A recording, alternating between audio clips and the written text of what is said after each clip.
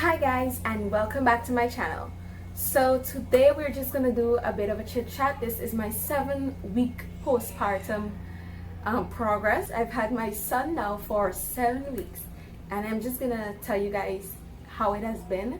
This video is gonna be about both my physical changes and my mental changes. So where is this?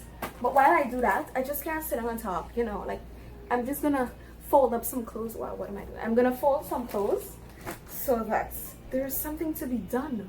Like I'm gonna feel like I'm doing something. You understand what I'm saying, right? Yeah, y'all understand what I say. First of all, when it comes to my body, everyone needs to understand that when you have a baby, like for different women, your body goes back to normal at a different rate. Sometimes for women that breastfeed, their body like snapbacks, as they say, faster than women who don't breastfeed. But that is also hereditary. So I'm not saying that, oh, if you don't breastfeed, then you're never going to go back to your original size or your pre-pregnancy size. No matter what your body looks like, just know that it's beautiful because you just had a baby. Oh my gosh. So every stretch mark, every lump, every bump, it's just a representation of what your body went through to create this beautiful human being that you have here today, and that you can hold in your arms and that you can kiss and love up all the time. My tummy, because that is the first thing women think about. What happened? Please stay asleep.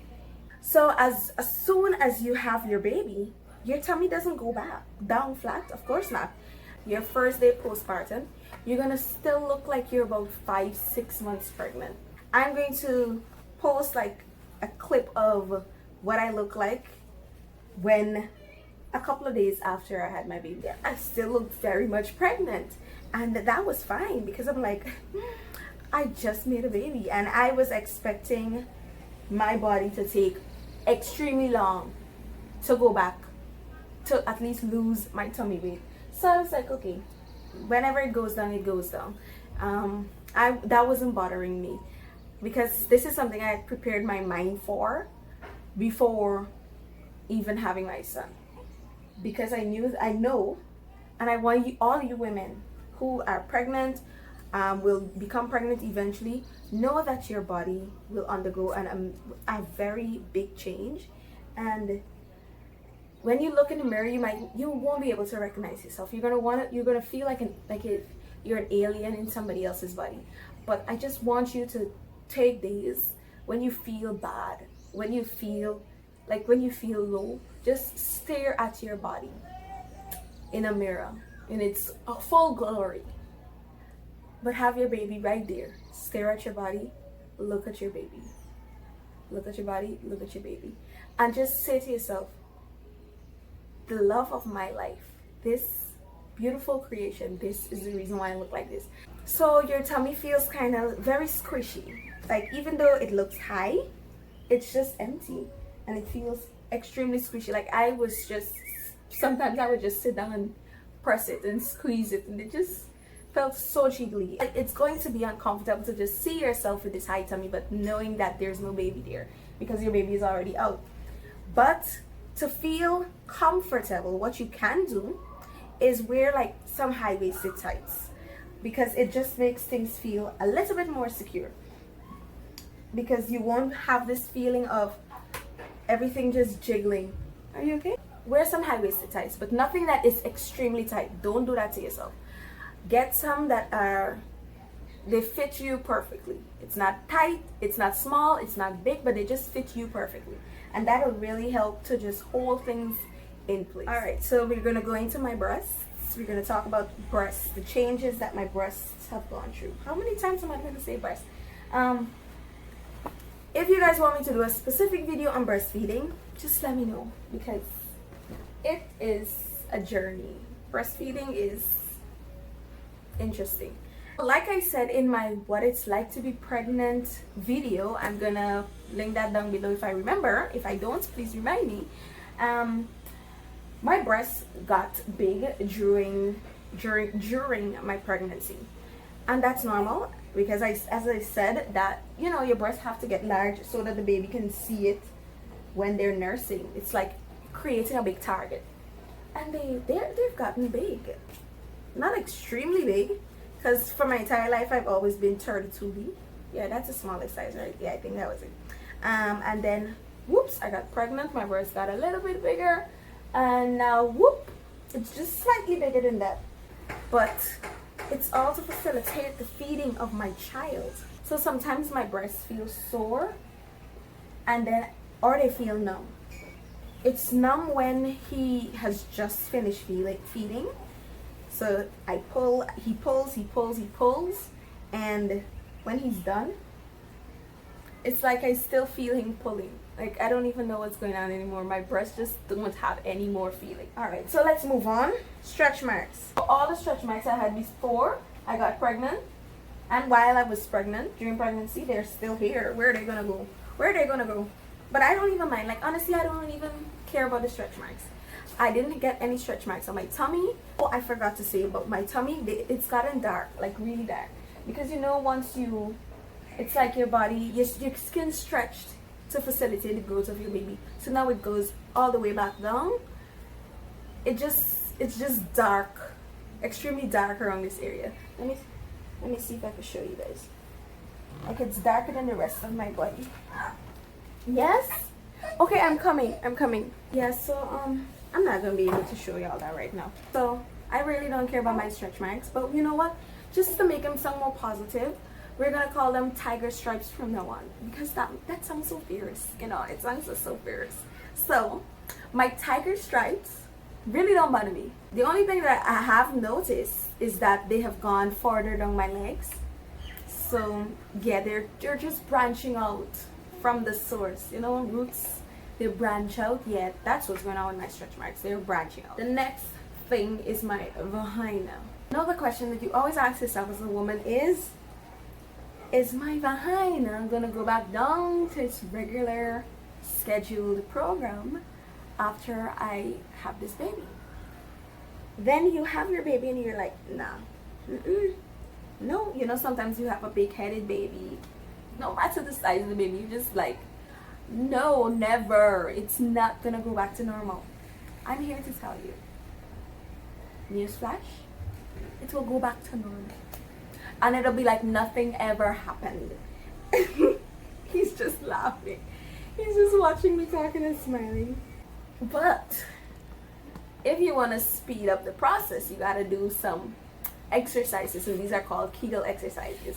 And it's just like contracting and relaxing the muscles of your vagina walls. The same muscles that you urine with, you just exercise them. So I'm sitting here doing them right now. Even while you're pregnant, you should be doing it. It'll just help to strengthen those muscles for labor. And after you have your baby, keep doing it. It'll help to tighten back your vagina. And then when it comes time for you to get down to the romance with your husband, it'll be like the first time, all over again. I mean, it's gonna be very uncomfortable, but it's gonna be like, you know, the first time. So just do your exercises and know that it's going to be fine. It's gonna go back to normal. There's nothing to worry about. And then last thing that I want to talk about in this video, that, you know, women go through postpartum depression, right? And I'm not saying that I had postpartum depression or I have postpartum depression. You can have baby blues and you can have postpartum depression, and sometimes some people confuse the two, because postpartum depression is like severe baby blues, and what I think I had and that I still have sometimes are baby blues. And it all comes because, you know, you especially when you're a first time mom, it's these big changes. Now it's not just you alone you have to care about. It's not just your husband or whatever other spouse you have that you have to care about, but there's this human being and their whole life is in your hands. And if you just make any mistake, anything can happen. And so it's like you're thinking about that all the time. You're trying to make sure you're doing everything right. You're trying to make sure you're being perfect mother, and you put so much pressure on yourself that you think if you make one mistake, then the whole world is going to come crashing down. And I want you to know that nothing's going to happen, that you're not the only one that's scared. you're not the only one that's scared. When you feel like things are just getting too much and you're getting overwhelmed, just try and relax. Even if, don't be afraid to ask for help. So I am the one that looks after him. I ensure that he's fed, that he's bathed, he's clothed and everything. But she would cook, she cooks, and so she makes sure that I'm fed, and and she makes sure that I'm okay. So even though you're focusing on your little human, it's great to have somebody that focuses on you. Even if you're home alone, somebody that calls you just to make sure that you're okay. Are you okay? Do you need help? So reach out to people. Don't be afraid to do it. There's something on my mouth. Please don't feel ashamed that you have to ask persons for help, because it's the worst thing is to sit down and you feel like you're eating my clothes. So the worst thing, what happened? Okay. Because the worst thing you can do is feel and know that you're getting lower and lower mentally and that you're breaking, and just not reach out and ask somebody to help heal you. So please, I'm begging you, do not sit in your sorrow, do not sit in your pain and just feel like you have to be strong. Because I can tell you, sometimes I feel like I have to do it by myself and I have to be strong, and I have to take care of him by myself, but I don't. If I just feel like put so much pressure on myself, it's not just myself I'm hurting, but I'm hurting him too, because you can't be the best version of yourself if you're sick. You can't be the best mother that you can be, or best parent, because fathers can go through postpartum depression. It's called paternal postpartum depression. So if you see the signs in your husband or in your spouse, talk to him, and y'all talk to each other, because you're never gonna know what's going on. You can't have a healthy relationship if you don't have a healthy mind. And I think I want to do a video on how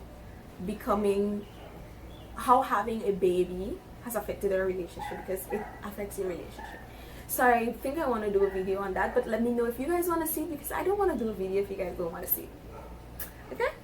I am just at this point trying to make sure that I stay healthy. I make sure that I eat and make sure that I take a bath every day, because that's something that mothers can do. They can just forget to take baths. They can forget to eat.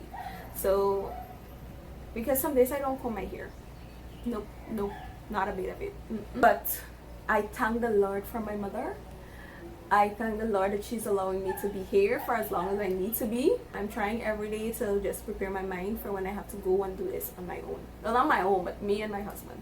Specifically, the things that the baby blues that I felt is I have had I suffer from insomnia sometimes, not all the time, but sometimes when I wake to feed him after I put him back down, I can't go back to sleep. And this is something I was dealing with throughout my entire pregnancy, insomnia, and so it continues now.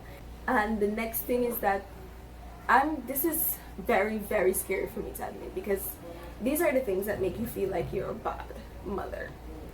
One day I had this thought. I was on the veranda, just because he loves being outside when it's time for him to sleep.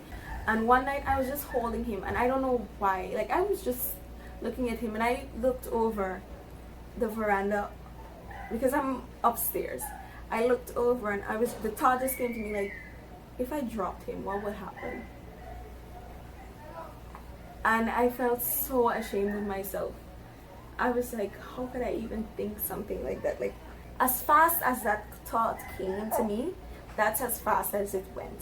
Because as soon as it left my mind, I was like, never. Like, oh my gosh, never. I would die if something like that was to happen to me. I understand how some women are able to like reach the point where they hurt their babies, and that's where it starts. And until you can admit it and ask and talk about it and ask you for help, that's the only way that you can deal with it and not reach level where you actually do something to harm your baby or to harm yourself.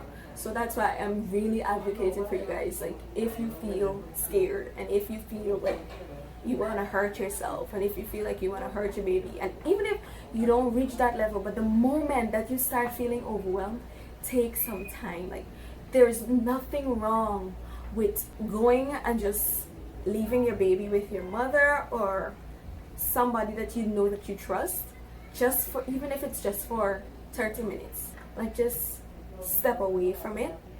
Step away. I'm not calling the baby an it. I'm talking about the situation. Step away from the situation and just take some time to breathe. Because when there is this constant crying and then you have this pressure on yourself that you have to be perfect, you're going to break yourself mentally. That is it. That is all. And I know that this video is not as fun and as exciting as my other videos, but I just think I needed to say what I said today. I will see you in the next video. Please remember, if you do want me to do the video on how having a baby has affected my marriage, then just let me know and I will do that. So thank you guys for clicking on this video, and I will see you in the next one. And you know, while you wait for me to post more videos, there's so many more. Yeah, tell them there's so many more that they can go and watch, right? So there's so many more videos that you can watch to catch up with me, see my journey, and so on and so forth. So thanks once again, and have a faithfully blessed day. I'll see you in the next one. Bye guys. You said bye-bye?